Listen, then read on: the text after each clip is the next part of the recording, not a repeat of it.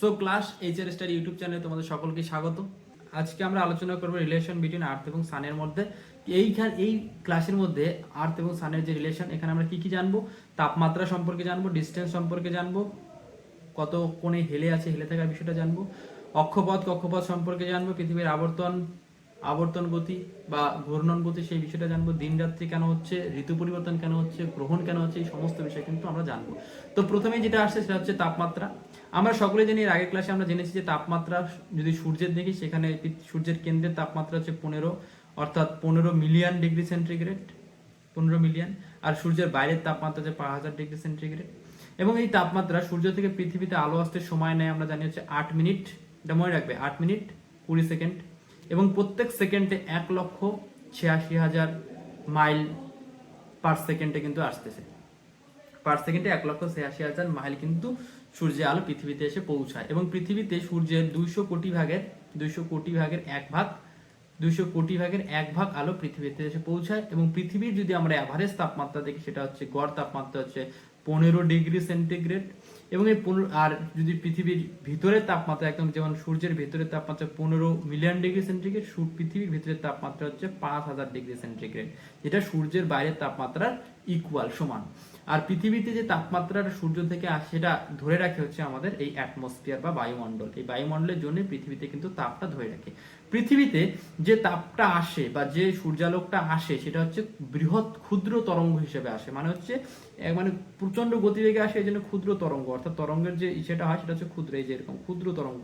আর যখন বেরিয়ে যায় তখন এটা বৃহৎ তরঙ্গ হিসেবে কিন্তু বেরিয়ে যায়। যদিও আমি এই ক্লাসটা তোমাদের এই ক্ষুদ্র তরঙ্গ বেরিয়ে যাওয়া অ্যাটমসফিয়ারের যে তাপমাত্রা ধরে রাখা হবে, কিভাবে ধরে রাখে, সেটা তোমাদের জলবায়ুর চ্যাপ্টারে আমি করাবো, তবু আমি এখানে বলে রাখলাম। তো টেম্পারেচারের মধ্যে এই বিষয়গুলো তোমাদের আসবে।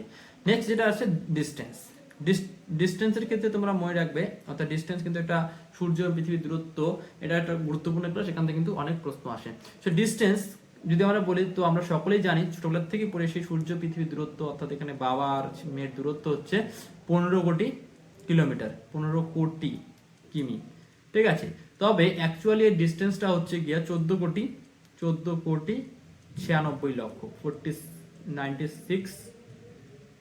96 লক্ষ কিলোমিটার। ওকে, এই হচ্ছে অ্যাকচুয়াল দূরত্ব, মানে হচ্ছে অ্যাভারেজ দূরত্ব। অ্যাকচুয়াল বলবো না, অ্যাভারেজ দূরত্ব। কখনো দূরত্ব কমে এবং কখনো দূরত্ব বাড়ে। অর্থাৎ বাবা এবং মেয়ের মধ্যে কিন্তু ঝগড়া লাগে, যখনই ঝগড়া লাগে তখনই টুক করে এখানে দূরে সরে যায়, যে থাকবো না তোমার বাড়িতে। আর যখন কিছু লাগবে মেয়ের, তখন আবার বাবার কাছে চলে আসে। তো এখানে যদি আমরা দেখি, যখন পৃথিবী এবং সূর্যের দূরত্ব সবচেয়ে কম, তাকে আমরা বলি হচ্ছে ইংরেজিতে পেরিহিলিয়ান, বাংলায় মনে হচ্ছে অনুসুর। আমরা জানি অনু মানে হচ্ছে কাছে, মনে রাখবে অনু মানে কাছে, অর্থাৎ পৃথিবী সূর্যের দূরত্ব সবচেয়ে কম। কতটুকু দূরত্ব? 14 কোটি 70 লক্ষ, এখানে 73 আছে কিন্তু এটা হবে 14 কোটি 70 লক্ষ কিলোমিটার। ওকে, 70 লক্ষ কিলোমিটার। আবার যখন পৃথিবী এবং সূর্যের দূরত্ব সবচেয়ে বেশি হয়, তাকে ইংরেজিতে বলা হচ্ছে অ্যাপিহিলিয়ান, বাংলায় বলা হচ্ছে অপসুর। অপ মানে হচ্ছে দূরে, ঠিক আছে। 15 কোটি, যার দূরত্ব হচ্ছে 15 কোটি 20 লক্ষ কিলোমিটার। তো আশা করি তোমরা এটুকু বুঝতে পেরেছো। তো এখানে একটা গুরুত্বপূর্ণ প্রশ্ন, অর্থাৎ মানে পরীক্ষাতে কিন্তু আসে, যে অপসুর অবস্থা কখন হয়। তো অপসুর অবস্থা হয় সবসময় হচ্ছে 4 জুলাই, এবং অনুসুর অবস্থা হচ্ছে 3রা জানুয়ারি। তো এখানে একটা গুরুত্বপূর্ণ প্রশ্ন তৈরি হয়, যে প্রশ্নটা তোমাদের কাছে থাকবে, যে অনুসুর অবস্থায় পৃথিবী এবং সূর্যের দূরত্ব সবচেয়ে কম থাকে, কিন্তু এই সবচেয়ে কম থাকলেও এই সময়টাতে, অর্থাৎ জানুয়ারি, 3রা জানুয়ারি, আমাদের এখানে কি থাকে? আমাদের এখানে ভারতবর্ষে কি থাকে? ঠান্ডা। ভারতবর্ষে থাকে হচ্ছে ঠান্ডা, অর্থাৎ উইন্টার সিজন, উইন্টার থাকে। কেন? উইন্টি সরি উইন্টার পৃথিবীতে, ইন্ডিয়াতে কি থাকে? ঠান্ডার সময়। কেন? পৃথিবী এবং সূর্যের দূরত্ব কম থাকা সত্ত্বেও জানুয়ারি মাসে কেন ঠান্ডা থাকে, এবং পৃথিবী এবং সূর্যের দূরত্ব জুলাই মাসে সবচেয়ে বেশি থাকা সত্ত্বেও কেন সেই সময়টা হচ্ছে সামার থাকে, গরমের কাল কেন থাকে? এই কোশ্চেনটা তোমাদের কাছে আমার থাকছে। তো আশা করি তোমরা এই কোশ্চেনটা অ্যান্সার দেওয়ার চেষ্টা করবে, আর না হলে তো আমি নেক্সট ক্লাসে অবশ্যই আলোচনা করব। তো এরপর যেটা আসছে সেটা হচ্ছে অ্যাঙ্গেল। আমরা সকলেই জানি, যে শুনেছি যে পৃথিবী একটা অ্যাঙ্গেলে হেলে থাকে।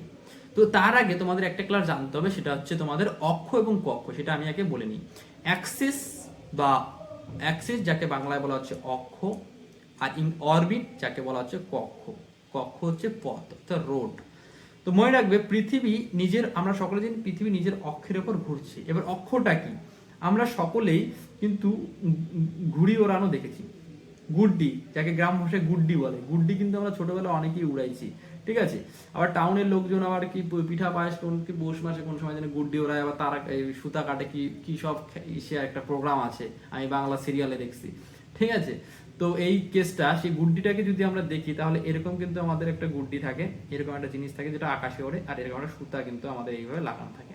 আর এখানে কি হচ্ছে, এখানে সুতা লাগানো আছে গুড্ডি, আর আমাদের যে ভদ্র ছেলে এখানে হচ্ছে গুড্ডি ওড়াচ্ছে। আমি তো আর্ট ভালো পারি, ভদ্র ছেলে এখানে গুড্ডি ওড়াচ্ছে। তো এখানে মেন বিষয়টা হচ্ছে এখানে একটা সুতার রিল থাকে, এবং সুতার রিলের মধ্যে এইভাবে সুতা পেঁচানো থাকে, আর এখানে সুতার রিলের মধ্যে এইভাবে ধরে থাকে।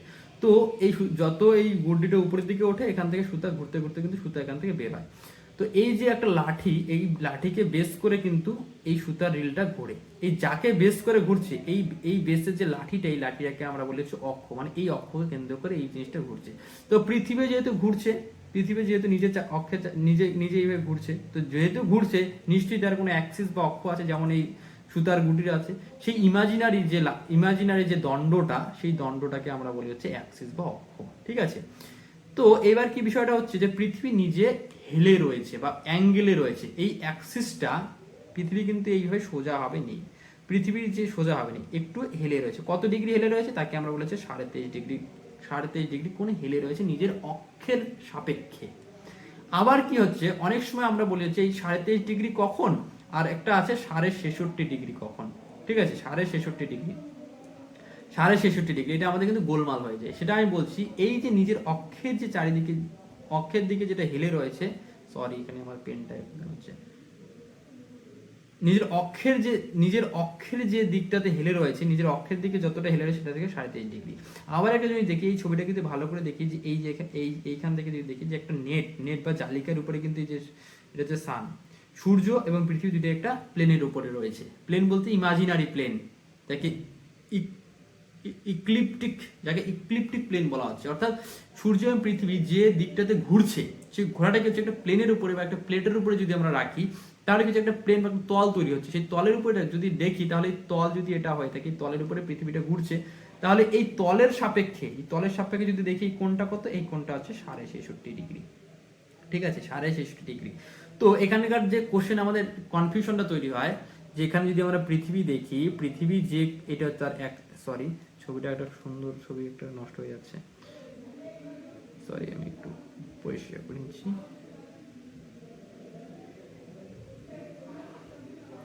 তো এটা যদি আমাদের পৃথিবী হয়, এটা যদি তার অ্যাক্সিস হয়, যদি আমরা জানি এই অ্যাক্সিসটা কিন্তু সোজাসুজি না, অ্যাক্সিসটা এরকম একটা হেলে রয়েছে। এই অ্যাক্সিস যে এই মূল অ্যাক্সিস থেকে যতটা, অর্থাৎ নিজের যে অক্ষের সাপেক্ষে, মূল অক্ষের সাপেক্ষে কত ডিগ্রি কোণে হেলে রয়েছে, 23.5 ডিগ্রি। এইটা হচ্ছে 23.5 ডিগ্রি, 23.5 ডিগ্রি কোণে হেলে রয়েছে। আর যদি বলে যে অক্ষতল, এটা হচ্ছে অক্ষতল, এই অক্ষতলের সাপেক্ষে কত ডিগ্রি কোণে হেলে রয়েছে, 66.5 ডিগ্রি।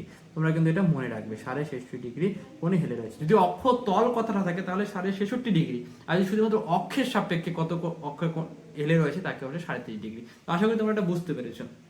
আর এই যে রয়েছে এখানে আমরা দেখবো যে এই যে পৃথিবী নিজের যে অক্ষের সাপেক্ষে যেটা ঘুরছে, তাকে আমরা বলি হচ্ছে, এই অক্ষটা তো বললাম, আর পৃথিবীর অ্যাক্সিস বা আবর্তন, এই যে নিজের অক্ষের সাপেক্ষে যেটা ঘুরছে, তাকে আমরা বলি হচ্ছে রোটেশন, নিজের অক্ষের সাপেক্ষে যখন ঘুরে। আর এই অরবিট বলতে বোঝায় কক্ষপথ কি, যে রোড বরাবর পৃথিবী সূর্যের চারিদিকে ঘুরে, সেই রোডটাকে বলা হচ্ছে কক্ষপথ, ঠিক আছে। এই কক্ষপথ দিয়ে যখন পৃথিবী ঘোরে, সেইটাকে আমরা বলেছি রেভলিউশন। অর্থাৎ পৃথিবী যখন নিজের সাপেক্ষে ঘোরে, তখন তাকে আমরা বলি হচ্ছে ঘূর্ণন। আর পৃথিবী যখন সূর্যের চারিদিকে ঘোরে, তখন তাকে আমরা বলি হচ্ছে কি বলবো, আবর্তন। একটা হচ্ছে ঘূর্ণন, একটা হচ্ছে আবর্তন। এই ঘূর্ণন, এই রোটেশনের ফলে কি হচ্ছে, আমাদের ডে অ্যান্ড নাইট, দিন রাত্রি হচ্ছে এই রোটেশনের ফলে। আর রেভলিউশনের ফলে কি হয়, সিজন বা হচ্ছে ঋতু, সিজন বা ঋতু, সিজন। ওকে, তো এই দিন রাত্রি কি করে হচ্ছে, তোমরা ছোটবেলায় অনেকভাবে পড়েছো।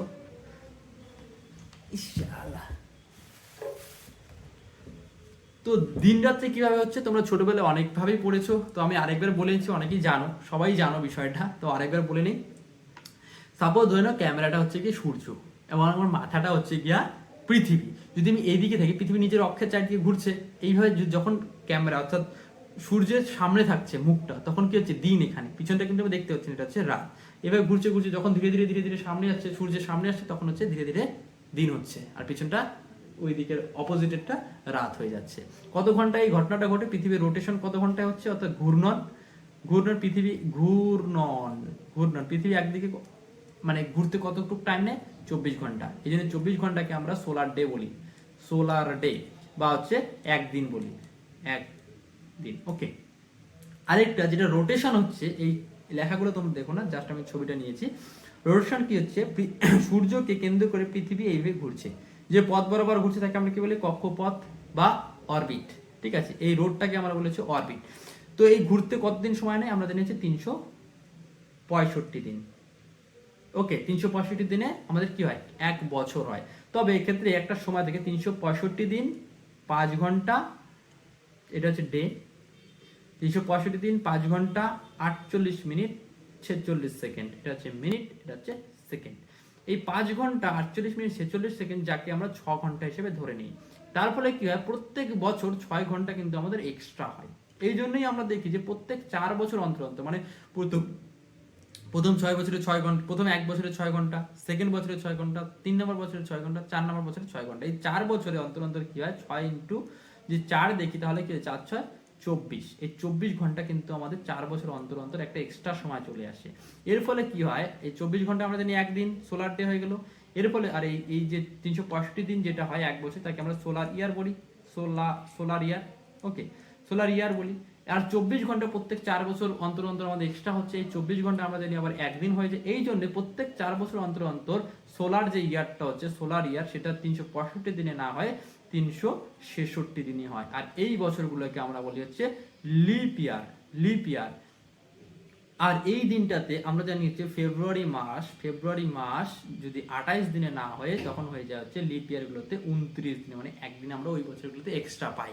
এই জন্যই যদি কারো জন্ম 29 তারিখে হয়ে যায় ফেব্রুয়ারি, সেটা তার 4 বছর অন্তর অন্তর তার কি হচ্ছে? বার্থডে হয়ে যাবে। যদি ওই জন্য ভুল করে কিন্তু কেউ 29, অবশ্য একদিকে ভালো, 29 তারিখে যদি কোনো কেউ বিয়ে করে নেয়, তার অ্যানিভার্সারি কিন্তু আবার 4 বছর অন্তর অন্তর হবে, অনেকটা কিন্তু সেভ হয়ে যাবে। তো তোমরা কিন্তু খুঁজে 29 তারিখটা কিন্তু বিয়ের ডেট করতে পারো, অনেকটাই ভালো হবে। ঠিক আছে, তোমাদের অনেক গিফট বেঁচে যাবে, কারণ প্রত্যেক বছর নাহলে গিফট দিতে হয় বিষয়টা।